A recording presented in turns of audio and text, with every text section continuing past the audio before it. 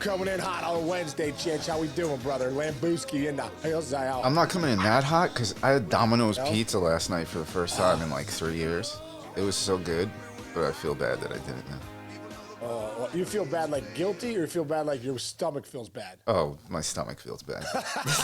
I would say both, but anyway. Yeah. Anyway. Real quick, Case, when's the last time you had Domino's? Because I can't even remember. I haven't had Domino's in years. Yeah, I hadn't either. Way to go, Chinch. Way to go. I'm certainly not going to have it for any more years, too. Dude, yeah.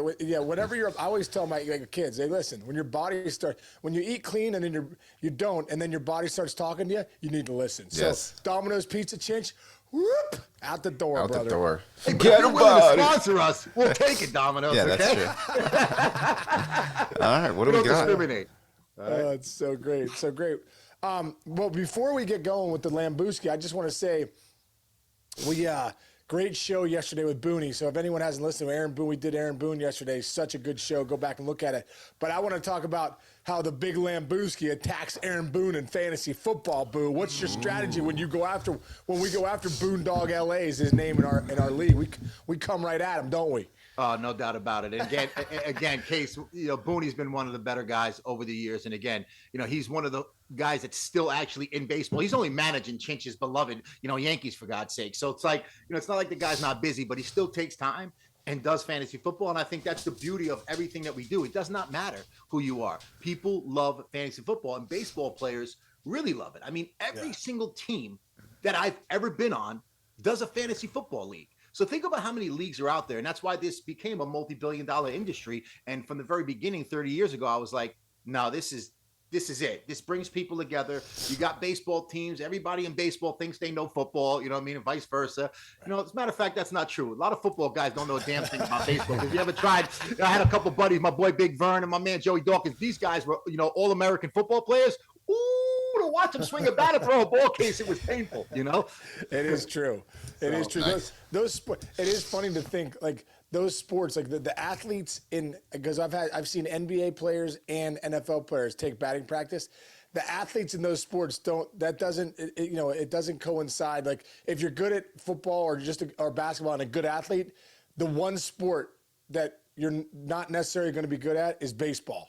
It's funny that you say So it, and true. I'll say this right now before we get started. And again, you had dinner with Mark DeRosa the other night, and Mark is a guy that I respect a great deal because coming from North Jersey, Mark and I were kind of like those two guys in the football and baseball scene that were kind of like doing it in both sports. And the funny thing is, I used to always tell people when they debated, like, who are the best athletes ever to come out? And they would throw in like football and track stars. And I'm like, listen, if you're fast, you're fast. If you play football and you could run, you're going to do well in 100 and track. I respect all athletes, but go to a baseball field, throw me a ball from deep shortstop to first base or from the outfield to home. Oh, and then take a bat and try and hit a baseball coming in. Baseball is the differentiator of sports because it's so much skill orientated and you need to work on that. Being a big, strong, physical dude will do you good in track and other sports. But baseball is that one sport that just differentiates like what I consider to be really elite athletes. And so pat myself on the back a little bit. I appreciate the fact that I played linebacker and running back, two like different sports, because usually you get the quarterback, right? The quarterback of football teams is usually the guy that's a good baseball player because, it's just what the quarterbacks do. They got good hand-eye. They can deliver. When you're a middle linebacker and a running back, and then you get on a baseball field and you're a professional for 10 years, you're a real good athlete. Just saying, guys. All right? I love it, baby. I love it. Well, Lambooski, man, we're at week 14 now, and we want you to break it down for us. What are we looking at? It's getting hot, baby. The playoff chase is down the stretch. Some teams are crumbling, some teams are dominating. What do you got for us, brother? Yeah, you're absolutely right, Case. Thanks. Chinch, great to see you, brother. Love the look, man. You're chilling up in Long Island. Let's go. Thank you. All right. Thank you.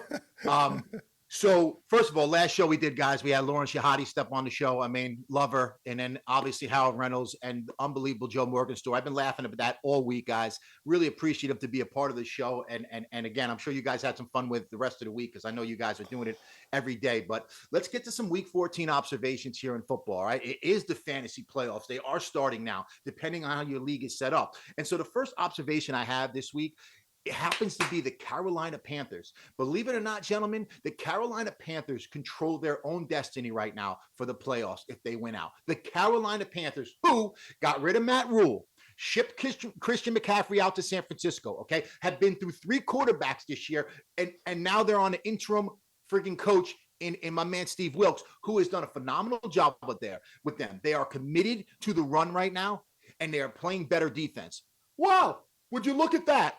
Commit yourself to the run and play good defense, guys. The most tried and true way to win football games in this league since the beginning of the damn sport, okay? So as we get into this like spread offense, and obviously you take a look at some of the offenses that are dominant in this league and that could put up points. Yeah, it gives you a chance to win every game, but it also like gives you a chance to lose, you know what I mean? Because you turn the ball. When you run the ball and you play good defense, really not much to think about. You're going to win a lot of games if you can do that well. Really quick, I just want to, since the beginning of time, reminds you of Vince Lombardi, and you do a great impression. Can you give us a quick Vince Lombardi impression? What the hell going on out there? Everybody's grabbing. Nobody's tackling. Good job, Boo. Hey, Vince is the man. That's beautiful. So, yeah, really impressive job by Steve Wilks and the Carolina Panthers. Got to like them. Next up, gentlemen, the Jacksonville Jaguars. I mean, we were talking about the Jaguars a week earlier who got beat down by those Detroit Lions, all right? And we're like, you know what? Every time we think they're going to peak, and they don't. Well, you go into Tennessee this past week, okay, and you beat down a Mike Vrabel-led Tennessee Titans. Now, once Tennessee got rid of their GM, I got to be honest with you, I think the feeling in that locker room kind of just imploded because that wasn't like a Tennessee-like effort. Now, that being said, Tennessee's been weak against the pass all year, kind of, okay? And that's what Trevor Lawrence and the boys did to them this past week. They got a lot of weapons on that team. Jacksonville, when they play a decent half of football in terms of defense, their offense can move the ball. So you're kind of looking at, Carolina and Jacksonville, 2 like Midland teams, Detroit, another guy. Like these teams are turning the corner a little bit this year because again, they're playing better defense. That keeps your defense off the field. The offense is running the ball and they're scoring. So it's giving your defense some rest. A lot of times these offenses were so bad in the past, the defenses just can't stay on the field for that long a period of time, continue to make stops. You know what I mean? It's just too tough in this league. All right. So you're seeing these defenses step up and a couple stops together back to back, giving the offense a chance to really start doing some things. And again, Jacksonville, I mean, you got Trevor Lawrence, Christian Kirk, Zay and Marvin Jones, Travis Etienne, Evan Ingram, who we'll get to later. Hint, with a big day. Like they got enough talent to get the job done. So you gotta love what you see out of those guys, And again, Case, without Jacksonville, we're gonna talk about your Lions again.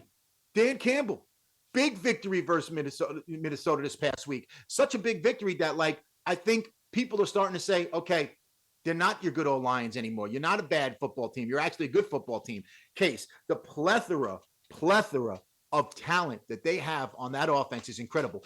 Jamison Williams came back this week. The number one pick from Alabama, who was like a star last year, who tore his ACL in a national championship game, comes back this past week, catches his first ball of this year for a 41-yard touchdown. And I'm looking at this guy, he catches it. I'm like, who is that Randy Moss-looking dude? Oh, yeah, that's Jamison Williams. Put him together with DJ Shark, with Amon-Ra St. Brown, with, Jamal Williams, the running back, with DeAndre Swift. I mean, TJ Hawkins. No, TJ Hawkinson's gone. He's in Minnesota. Anyway, but I'm just saying, they got so many weapons to come at you with. That defense starting to get some stops. Yeah, I don't want to play the Detroit Lions. I think they're going to be good for a long time. What are they? They're 6-7 now, right?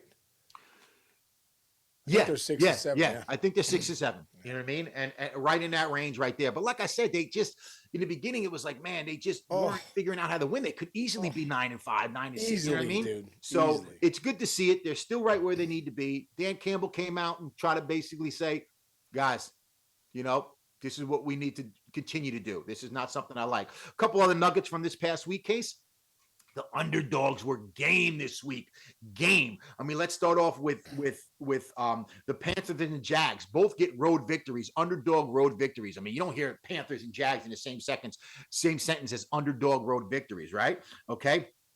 You got the quality efforts from the Texans, who everybody thought the Cowboys would roll over. But you know what? When you have interstate battles like that, there's pride in these guys. They don't all the talk about Dallas, all this. Well, the Houston Texans, they are a bad team, but they were game effort this past week. So like I said, a lot of underdogs, and obviously the one underdog, I mean, the Broncos, they were right there neck and neck. They came back in that game with Kansas City. Nobody expected it, before Russell Wilson got the concussion, and then Rippon came in and kept it close. And then the biggest surprise was Thursday night. The Raiders, you're like, oh, the Raiders, man, they're an up and coming team. I talked about them. Like, you got to love the Raiders, man. They got some mojo. They're back in the playoff hunt. Baker Mayfield off the plane, game-winning drive, improbable win. Forget the Raiders. How about the Rams with a great victory? That was unbelievable. So the underdogs were game this week. All right. Love it. Yeah, take a breath, man. Take a deep breath. I love the Baker Mayfield story, though. That was incredible. So cool. The guy he gets called on Thursday, or called on Wednesday. Next thing you know, he's on the plane, comes, throwing some dimes, and wins the game against the Raiders. That was incredible. The only thing that concerns me is the headbutting. I'm a little bit like that's crazy. Baker. He doesn't care. Headbutting people with your head. Eventually, you're going to do the one headbutt that's going to put you out. You know what I mean? Like, that's all fun and games. So you whap one, you're like, whoa, wait a minute. Yeah, now you concussion can't play protocol. concussion. Yeah. You're in concussion protocol. What'd you do? I just freaking headbutted the guy before the game started. I headbutted my entire team. I was excited. I'm in the blue tent. We get it. I'm in the blue tent. The blue tent. Isn't that the creepiest thing when they go in there? That creeps me out. Yeah, like, oh, he's in the tent. It's so little. Like, this guy's done for the game. Yeah. It's incredible. All right, keep going. Good stuff. What do you got for waiver wires? Okay, waiver wires, gentlemen. Who should we Fantasy pick up? playoffs, waiver wires. Okay, this is like really where you kind of set up your bench and you kind of look this week. You're really looking for that edge. So what I like. I lost to do Debo. I lost Debo. I need a wide receiver. Keep going. You're going to get one, okay? You're going to get one. All right, just be patient up there in Long Island. All right, let's go. Thank you. All right, settle down there, big guy. I love it. I'm going to give it all to you right here. All right. So the quarterbacks this week, we talked about Trevor Lawrence before, and he shouldn't be out in your waiver wires, but I'm just mentioning him because right now, like, if you do have him, it's almost like you have to consider playing him over maybe a good starting quarterback. I don't know what your roster looks like, but at one point Trevor Lawrence was definitely on the waiver wire, and if you didn't pick him up, you need to run to the wire right now, pick him up, use your fab. He's got plenty of weapons at his disposal, a decent schedule. I know he plays Dallas this week, but listen, Texas just moved the ball on Dallas. You're Jacksonville coming off a big win like that. You're at home. There's no reason why you can't, move the ball a little bit against Dallas. They're not that formidable that you can't put some points up. So Lawrence, you need to consider. Really, at this point, there's not that many people out there on the wire, quarterback wise, that I would like really play over somebody that you've been playing. But if you have been middling in the middle with I had Jimmy Garoppolo and Tom Brady, and I was playing Garoppolo every week. Got lucky with a guy named Brock Purdy, who you could consider because he's obviously very comfortable in that Kyle Shanahan offense, and he's getting the job done. Now you lose Debo, who is anybody's safety valve. Like, if I know I got Debo Samuel on my team, I'm comfortable as a quarterback because I'm like, listen, I got Christian McCaffrey and Debo Samuel. These guys are incredible playmakers. And George Kittle, who is known. So when I get in trouble here, it's yours. I don't want it anymore. It's a hot potato. That's the easiest job as a quarterback when you're the point guard. And that offense sets up for quarterbacks to just be the point guard there. We're not asking you to win games. Case, you and I saw the stat on Sunday when we were watching the games together. The big Lambooski and the Case man were together, on Sunday, right? And we saw that Shanahan was 9 and 27 or something without Jimmy Garoppolo as a starting quarterback. Incredible. Well, we were saying, and I was even saying last week, and slapped me in the face twice because I was wrong that, oh man, listen, you just need to be a decent quarterback in Shanahan's offense and you'll be fine. Well, it seems like, only 9 times have they been fine. 27 or 20 something. They haven't been. So then you look at Purdy and you're like, wow, he comes in the game. Now he plays. It's his first game. And he looked really good. And again, he was distributing the ball, got a little bit of moxie to him. And guys, whether he's Mr. Irrelevant or not, they drafted him. When you draft somebody, you draft him because you know that, hey, that guy's going to get picked up by somebody else. It's the last pick of the draft.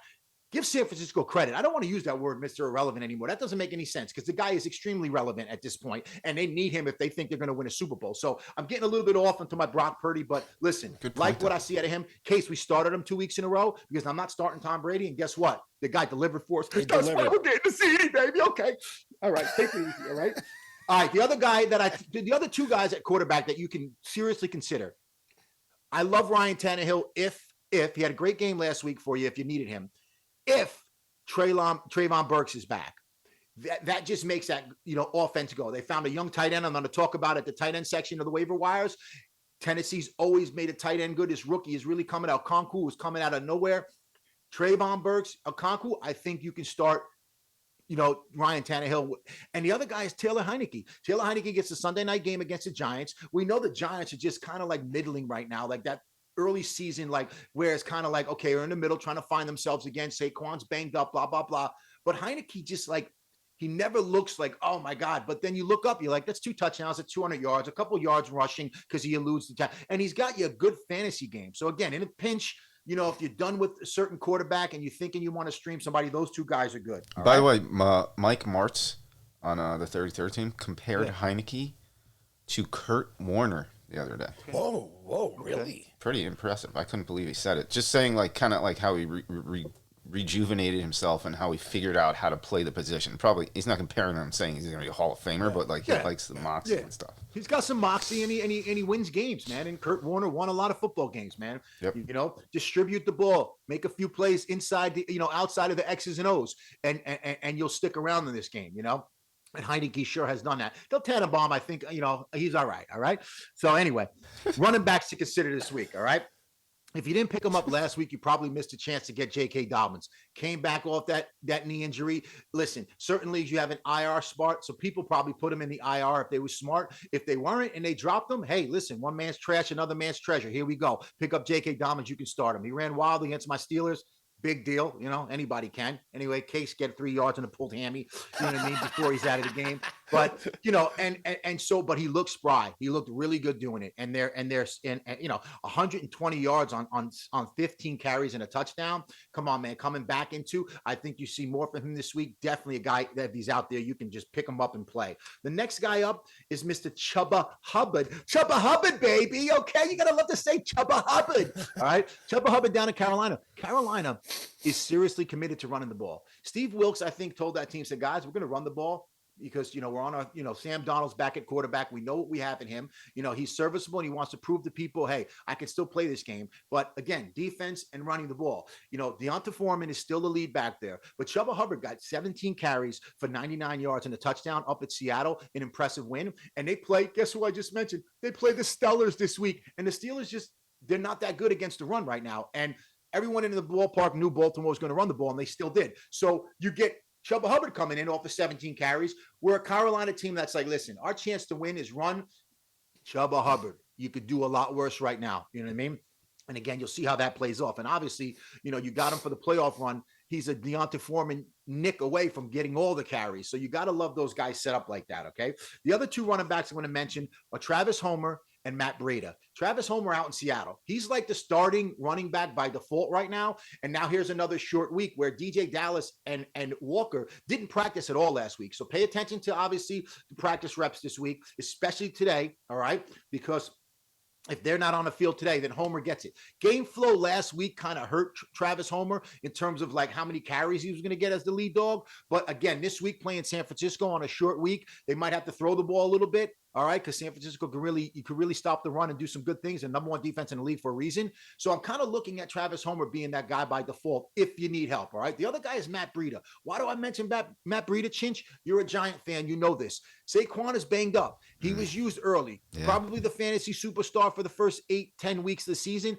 This last couple of weeks, it just hasn't been there. So now teams know, okay, everything's going through Saquon. You got wide receivers falling down left and right on this team, Chinch. So you're zeroing in on Saquon. Now he's starting to get a little bit banged up. And we know we've had injury histories. It's not, it wouldn't be crazy for me to think that like at some point, if the Giants are mathematically eliminated in the next week or two, that they just sit Barkley down. So who comes in? Ooh. Matt Breida comes in. You got a starting running back in the possible fantasy playoffs or finals that you can take off your bench. And again, gentlemen, you're setting up your bench this week. It's not about, you should have your starters. Teams that are in the playoffs obviously have decent enough teams that you got your bulk starters. But hey, you take an injury to, a star and you're like, I got to fill out my lineup. Case, that's how you get the Z. In case you got to think ahead, baby. All right. Yeah. So Breida and Travis Homer, guys, you can do that. All right. Let's move on to the wide receiver position. Okay. We're staying in New York. Okay. Mr. Elijah Moore. Okay. 10 targets, 6 receptions, 60 yards.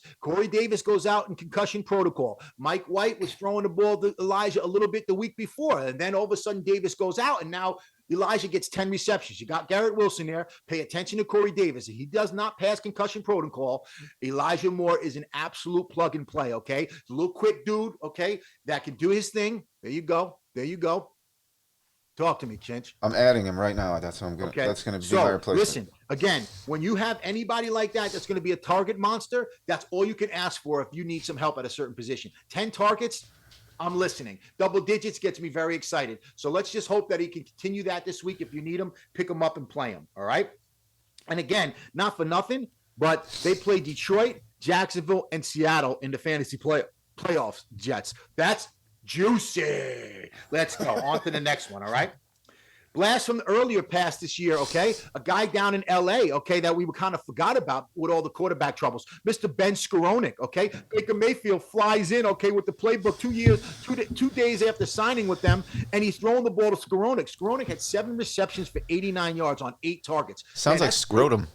Scrotum stats. Anyway, so Skowronek basically, right away, like, Baker comes in. He's like, who am I going to throw to? I'm going to throw the ball to Scrotum Sack. Throw it to him then. I don't care what you call him, how you call him, Ben Scrotum Sack. Throw him the ball. It's fantasy playoffs. I don't care what your name is. Just get me some production, all right? So, like again, they're likely going to be playing from behind. It's the Rams. They got a Monday night game. Always love having a play on Monday night. You could do a lot worse right now than Ben. See how it plays out. So I know he's out there in a lot of leagues, all right? The other 2 guys we talked about earlier this year, if they're still sprinkled out there, are Chris Moore and DJ Shark. Chris Moore got like 12 targets, 10 receptions for 100-something yards. And I mentioned him earlier this year because he kind of sort of passes that eye test. He's long, lanky, got really good hands. Houston played inspired football last week. But again, that's a team going to be playing from behind for every team. And when you play from behind, it might not matter in NFL football, but it matters in fantasy. That's targets, that's receptions, that's ways to win and move on in these fantasy playoffs. The other guy, again, is DJ Shark. DJ Shark is being added into that game plan. I know Jameson Williams came back. I know they got a lot of targets, but like Shark, Reynolds, besides Amon St. Brown, who's that little guy that kind of does a gadget to get you those PPR receptions, Shark, Williams, and Reynolds are like big, long, lean dudes. Yeah, Shark has like number 1 skill set. And he, like, when he puts it together, he's as good as anybody in the league. In Jacksonville, I mean, he did put it together for a year in Jacksonville. Then came back and had the injuries, and it kind of never really transpired for him. So obviously getting a fresh start, Case, you know it, man. The good old fresh start somewhere, man, just clears you out. And all you got a fresh start with a team that's really, really good on offense now. Like, Shark has to be a consideration because you just can't D up everybody that they have over there. So again, he's a really good player right now as a wide receiver 3 flex guy that you're like, you know what, I'm throwing Shark in. I did last week, okay, in my CBS league, and guess what? Guy responded. Got in the end zone. 6 for 94 and a touchdown, right? Boom! There you go, Chinch. All right. I do my homework, bro. So defenses, all right. For the fantasy playoffs, I really like the Chiefs defense. I actually liked them last week. All right, and they came up with a pretty good day versus the Broncos because they had the interception for a touchdown. They did give up some points, but this week they play Houston. I know Houston was game last week versus Dallas, but the fact of the matter is, like, that's done. This is a new week, all right? So yeah, that was an anomaly. You get Kansas City, they play Denver again. You know what I mean? They get Seattle after this week in Houston. You can stream somebody else if it's the semis in your playoffs, but they're definitely good defense to consider. The other defense I would consider of the Ravens. I mean, I had the Ravens for the past 3 weeks now, and they've been pretty good. I saw that a while ago and picked them up. But like, if you still are sitting there and they're out on your waiver wire, they get who they get this week. They get Cleveland this week. Deshaun really hasn't been like himself yet, so it's a good opportunity. The Ravens defense is getting better. Oh, and then you get pretty much for the playoff runs, you get Atlanta with a rookie quarterback. They're going to start now, Desmond Ridder. And then you get the Steelers again, which, I mean, the Steelers-Ravens, that's always a low-scoring game, defensive battle. Come on, what's not to like about the Ravens, baby? Go get them. Let's go. And that's it for the waiver wire, boys. Yeah, baby. Yeah, let's go. nice, boo. Good stuff, boo. Hey, real quick, I got to tell you guys something. Last night was one of the coolest things. So KJ Osborne, current Minnesota Vikings wide receiver 3, young kid, though. He's behind, too. The best in the league. We record with him. So last night I'm recording with him, and he's looking up at something. He's got something, and he's like, I was like, what are you doing? He's like, I got my touchdown here. And he took the film clicker and broke down his touchdown from last week Like the way you see it, like in the movies where he's hitting a play and a rewind, it was the coolest thing ever. He's a cool dude. And by the way, if he's on your waiver wire, he's worth a pickup, isn't he? He might not be on the waiver wire these days. It probably is because, again, like just when you look at things like that, you look at target share. And even though he'll get his touchdown once in a while, it's really on like 3 or 4 targets. Yeah, Justin Jefferson and Thielen, and Jefferson is just a target monster. Yeah. By the way, who could be in our forget about section every single week? The guy came off like 11 reception, 223-yard day. Like, forget about it. Forget about it. That's crazy. But speaking of forget about it, for some other people. Yeah. Speaking of forget about it, let's forget about it. Give it to us, bro. Give it to us. San Juan, okay? Let's go, Roberto Clemente. Let's go, okay? Clemente shirt. You played at San Juan. You and Clemente have one thing in common. You both played for San Juan in the Puerto Rican. Better believe it. We got a lot more than that in common. We're phenomenal baseball players, okay? We just play on the same team, okay? And you married a Latina. Probably could, Roberto. You know, Roberto would play fantasy football if he was still alive and with us, okay? Aren't you married to a Latina girl? Oh, yeah, absolutely. Right, absolutely. Dominican and Puerto Rican, dude. I got it all. There you go. I got it all. So it's not just baseball. And Guzman. Yeah, a nice Guzman, no doubt. All right. Sorry to interrupt. All right, gentlemen, we're going to get into our section, all right? And again, if you don't know what this segment is by this time, smack yourself in the face, okay? Go figure it out, all right? But this is forget about it. Hey, you have somebody with a bad week? You want to forget about it, all right? Move on, right? If you have somebody with a good week, you want to forget about it, all right? So let's go. Let's get to some Dudley performance. We like to get these guys out of the way first, all right? Okay. First up this week on the Dud list is none other than Mr. T. Higgins. T, you've been so consistent this entire year. I can't even believe I mentioned your name on this segment, but you know what? When you average almost 15 points a week, you know what? You don't get on this segment. You're not a forget about it. You're like a forget about it. But guess what? T didn't get the memo, okay? Look at these numbers, guys.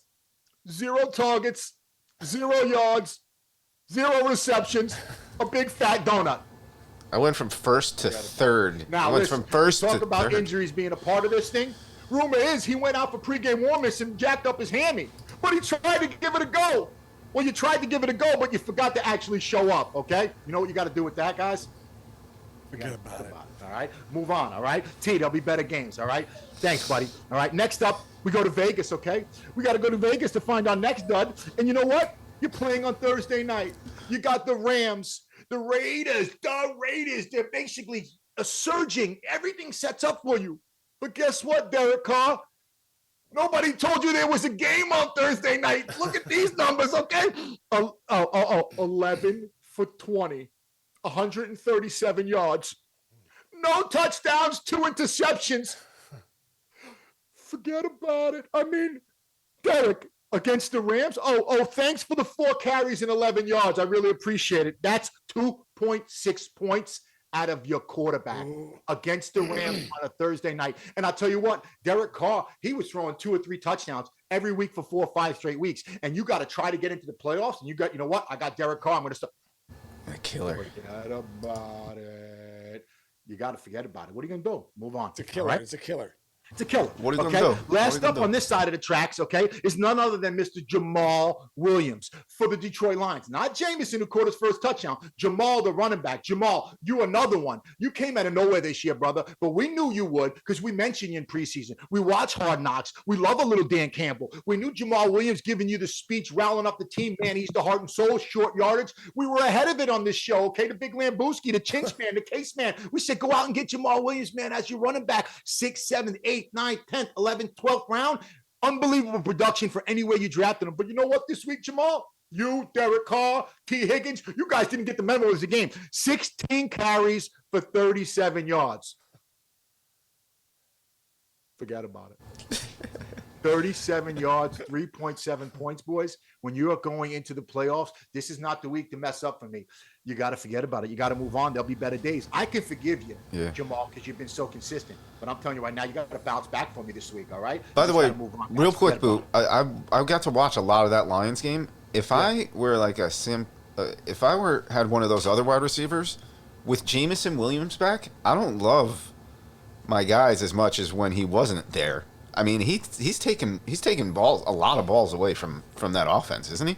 In a good way for the team, but You know what? I wouldn't worry about it too much, Chinch, just because, like, again, they're trying to sprinkle him back in, and it's great for him because nobody knows him. Now that they know that he's there, they're going to see him on the field and say, hey, listen, let's not let this guy get behind us because he's got the deep speed, he's long, he's fast. That offense is moving right now, and the guys that have been practicing are going to get there. So I wouldn't worry about. I think they're the mayor's office's favorite team. Would we all agree on that? We're all rooting for the Lions. For good reason. Case played in Detroit. He went to the World Series in Detroit. You want to make sure, you know what I mean, the team that you played for across town, brethren on other sports. I really like Dan Campbell. He's your favorite coach. He's definitely your favorite coach, Case. You talk about him every week. I love what he brings, man. Let's go. Well, I mention him every week, and I throw Case's name in it. I know you love him. You know what I mean? All right, gentlemen, let's get to the other side of this. Forget about it thing. All right. Let's go. Okay, guys. First up is a studly performance that we had down in Jacksonville. Yeah, that's right. I'm talking to you, Mr. Evan Ingram. Oh, my God. What happened this week? You've been so up and down all year long, frustrating. But you know what? You got the memo this week because this is what you did, okay? Get this. Get these numbers. 11 receptions, 162 yards, 2 touchdowns. Forget about it, Evan. I needed that. Hey, listen, if you had him as your tight end and you played him, you know what? That's a 40 bomb, bro. That's a big day from a tight end. We talked about this position. I mean, again, I don't know who's starting him and what your tight end situation was, but if you started that man this week, that is a forget about it. You're on your way to the playoffs. And good for him because 2 weeks ago he was on your naughty list of forget about it. Right? Listen, that's why I love when a guy comes back and makes me eat some crow because I don't mind eating crow, but at the same time, I need consistency. Let's see a repeat this week when it matters now, okay? Next up this week, we have another very frustrating player this year, a very up and down guy that's battled some injuries and some terrible quarterback play. I'm going to Denver. I'm looking at you, Jerry Jeudy. How you doing? Forget about it, Jerry. Check these numbers out, okay? 8 catches, 73 yards, not 1, not 2, 3 tutties. Okay, forget about it. Listen, he got upset. Something happened to him, I think, and he actually, listen, I can't believe he's not either fined or not. He bumped the referee because he got held or some type of holding penalty. He went ballistic. And like the tantrum of wide receivers that you're like, oh, here we go. Another, and I'm thinking in my head, like, hey, Jerry, you didn't even show up for the season yet, bro. Your team didn't show up. So, like, let's just calm down a little bit. But something really triggered him. And he went over and he bumped the referee. And the referee, I don't know who it is. I want to shake his hand. He didn't throw the flag and throw him out of the game because he easily could have. It was a deliberate, like, hey, man, I'm talking to you. And I was like, oh, geez, this guy is upset. Well, if you're going to do that, then you go out and catch every ball that's thrown to you like he did for 3 touchdowns and almost help your team win. Then I'm looking and saying, okay, Jerry, lit a spark. Maybe your team got sparked up. I actually appreciated a little bit of it, but come on, man, you can't go near the referee like that. Don't do that. So, Jerry, good week. Let's see it again, okay? And last but not least on this week, okay, we have the aforementioned Trevor Lawrence, not Travis Case, okay? It's Trevor, okay? We're going to get his name right this week. Listen, guys, check out these numbers, bro, okay? Listen, this guy is now like, okay, you're the number 1 overall pick. You were the can't-miss player for a couple of years. Listen, the NFL is hard, guys. It's hard. And when you don't have a lot of talent around you and you don't play good defense and you're asked to do a lot, this game could be fast and come at you hard. Some guys come in like Brock Purdy. They got everything around them. Some guys come in, it's like, it's a shit show, Trevor, and you need to clean it up, okay? So guess what he did this week, okay? Down in Tennessee against the Mike Vrabel-led defense. Check out these numbers, bro. 30 of 42 for 368 yards and 3 touchdowns. All together, boys. Forget about it. Okay, Trevor, listen. You can sprinkle in 3 rushes for 7 yards and another touchdown, and you can really forget about it. Okay, the guy has been really, really good lately, and I'm happy to see it, man. And again, guys, he came back. He got twisted up last week. At one point, we were like, he's done for the year. It's a knee. It wound up being a toe. Didn't practice much in the week. Never a good sign. And goes out and has a game like that. Shit, don't practice all week if that's the case. You know what I mean? If that's what it takes for you to mentally get it. And so you can forget about it, Trevor. Yes. And that's it, baby. Good stuff, baby. Boo. All right, Boo. Thank you, bro. That's forget about it. We got big things for today.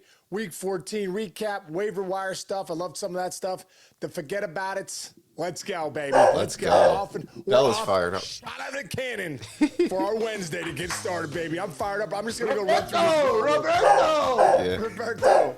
All right, man. Chinchy. Love you guys. Boo. All the guys tuning in. Thanks for tuning in to Wednesday morning with the big Lambooski and me and Chinch. And we'll see you guys tomorrow. Have a great day, everybody. Appreciate you. Thank you. Romantic.